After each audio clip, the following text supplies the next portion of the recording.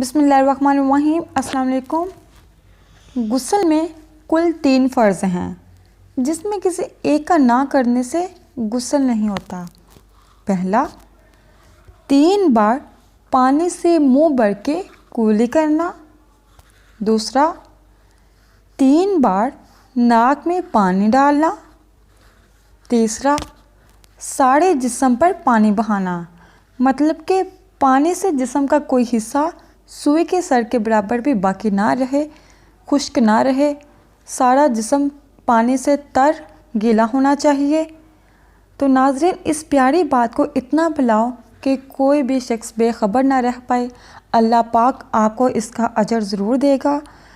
तो अगर आपको मेरी वीडियो पसंद आई है तो प्लीज़ मेरी वीडियो को लाइक कीजिए और ज़्यादा से ज़्यादा शेयर कीजिए। साथ मेरे चैनल को सब्सक्राइब कीजिए। मुझे दीजिए इजाज़त। अपनी और अपने घर वालों का ख्याल रखें। अल्लाह हाफ़िज़।